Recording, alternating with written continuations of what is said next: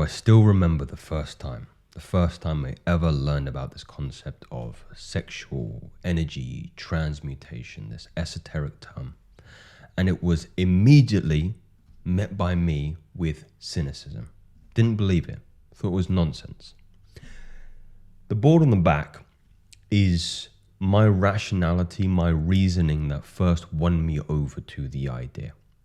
This idea for me made so much logical and compelling sense that I had to accept first and foremost my shame, because that was part of what was fueling my cynicism, is that it was easier to disregard this idea because I was weak and I couldn't quit degenerate habits than to admit that there is any credence and value to it. And I imagine that there are some of you who are still stuck in that cycle, and that's okay. I was there for a long time, longer than I care to admit, actually. But I just wanted to share with you, this came from a very, very old video that I did back in probably 2020. And I've since spruced it up and added a little bit of color, but I just wanted to share with you my logic and my reasoning behind it, because the first part gets you. The first part, I don't think you can have any qualms with. And once you accept that, you understand the power and the opportunity of the final part. Right, so let's begin with number one. Make sure you can still hear me. So here we have the law of energy conservation, right? The law of energy conservation. Energy can neither be created nor destroyed. That is a small snippet from one of the first laws of thermodynamics. This concept that energy can neither be created nor destroyed. Sounds very quotable, sounds very nice to say, intelligent, but what fundamentally does it mean? Well, it means that everything in the world that you see is a transformation of energy. It, in and of itself, cannot just appear. It cannot be pulled out of the fabric of nature, of the universe. It is put there by a simple consequence of cause and effect, of consequence. That's what it is.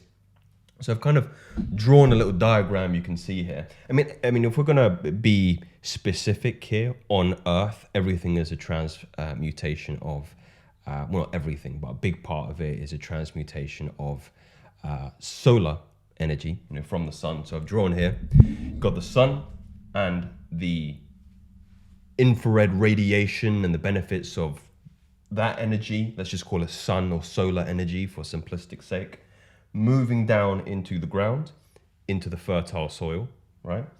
And then the fertile soil grows the food, the fruits, and then you've got some other forms of transmutation, such as the minerals in the soil being used to grow the fruit, the food. And let's say cattle is eating the nutrients from the plants, which is then being transformed into how big the muscle gets, which then becomes our food. Got a nice little T-bone steak there, one of my personal favorites. And then into, more simplistically, this is a very simple diagram, glucose, ATP, an energy source, fundamentally. So I hope you can see by that simple chain of logic, by that simple truth in the world, that there is no cause without some kind of consequence, right? There's got to be a before and after. There's always a cause, there's always an effect, right? And everything is a simple transformation. I mean, take me speaking, for example. For me to be able to intonate and vocalize these ideas, there had to be a transmutation of energy, a transformation of energy, perhaps from the energy that I've acquired through the food that I'm eating that is powering my vocal cords. Yeah, and you can make this particular example to anything, right? Sound energy, right? Sound energy. You can talk about, let's say, light energy. I've got a softbox light here, lighting me up, and there's a transformation of energy from the electrical energy through the plugs, which is powered by some coal plant or something like that. So the coal energy into electric energy, into light energy, and also a little bit of heat energy as well. So it's all It's all a transformation process. There cannot just be light energy unless you're God, the creator himself, right? And then there was light, right? So we understand that axiom as truth. I mean, again, I've mentioned reference there to ideas of cause and effect, right? There was always going to be a cause. There's no getting away from that reality, okay? So that's the first point. Now let's talk about human energy prioritization. Prioritizing. What does a human being prioritize?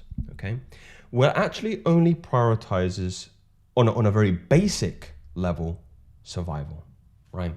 And what's interesting about this is that it's survival of the human race, not just the individual, but the collective. So the two needs are for the individual and for the collective, right? The individual, me, Joseph, and also my body prioritizes my species, the fact that I'm a human being, right? And how does it do that? How does it signal that to the world? Well, it will always prioritize the seeking of food, and it will always prioritize sex.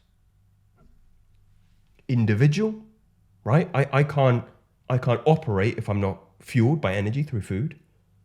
And the collective, sex. I can't ensure my bloodline, or more holistically than that, the future of the human race, if I don't reproduce, if I don't have sex, right? Basic levels, primal levels. That is the most basic primal urge energy that we are governed by. So, future of the human race. Here's the problem though. Number 3 is the problem, is that we've evolved past the threat of extinction. So I'm being particular to the needs of the collective here, right? But what's interesting to note is that there have been new neuroses, new conditions, new problems developed as a consequence of overindulgence, of addition, of too much yang, right? So the new neuroses of indulgence for the individual is obesity. Overindulgence in food, obesity never existed before. That is something that we created. It was unheard of before, right? By the consequence of the fast food culture that we live in, corn syrup, sugar. Now we have neurosis born out of addition, born out of the fact that we're actually, if you live in the modern Western world, I understand there are areas in the world, famine still exists and, hunger still exists. I completely understand that. But if you're watching this video, you're probably not at risk of starvation. In fact, it's the argument and the irony is that you're probably more at risk of the other. You're probably more at risk of the obesity. Crazy. And then the other, overindulgence of need for survival of the collective, is what I've coined PPPMO. Now, 3 Ps: pornography, prostitution, and promiscuity. Masturbation and orgasm, right? So this, again, didn't exist before, right? I mean, I'm talking, maybe we have to have a longer look at our history in relation to this, because I understand, prostitution and selling sex is something that is probably actually one of the oldest occupations that exists. But in relation to the risk of us going extinct, you don't have to have kids. There is no risk of that. But now there's more a risk of addiction than there is a risk of the human race dying out because people aren't having sex. It's gone the other way. So libido. Libido is a very powerful asset in this respect, but to our detriment, it has become a neurosis. It has become something where we are spending different percentages of our resources into things that are no longer serving us, but they're hurting us. So here's the idea. These never existed before. The symptoms of addiction, so what's the antidote? It is subtraction. What's really interesting about the content that I create is I think about monetization. I think about, what I want to sell to you guys. And, fundamentally, from a business perspective, right? Just taking myself out of this conversation for a moment. And I don't really have anything to sell. The thing I really want to sell you is the answer to your life getting better is actually subtraction. Like if I could provide a service to you, it would be to take away things from you. If I could monetize that in some way, it's not going to happen. But don't you see that the neurosis of the modern world is not a consequence of lack? It's not a consequence, oh, I don't have it. The neurosis of the modern world is you've got too much. You've got too much entertainment. You've got too much food filled with corn syrup. You've got too much access to that. You've got too much. That's the irony. That's the comedic value to why so many men are unhappy and have depression and anxiety, is because you've got everything that you want. You actually need a little bit less. And that's what will cure you. So the final point, transmutation. This is where I talked about things just fundamentally changing for you. I like to view sexual energy in terms of this big basin, right? You can see here this big bowl, right? We've got 100% of sexual energy. But the problem is these leaks occur. The modern man might be spending 30% of his energy into promiscuity, on dating sites, on Tinder, trying to hook up with somebody. Like spending so much time and energy as well talking to women, and fundamentally all you want at the end of the day is that. What else could you be doing? Could you be going to the gym?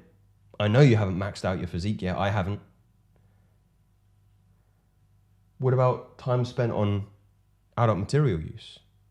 Yeah? Could we be spending that time in meditations? I know you're not as peaceful as you could be.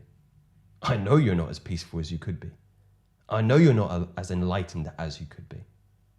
I know you're not. I know you're not as spiritually developed as you could be.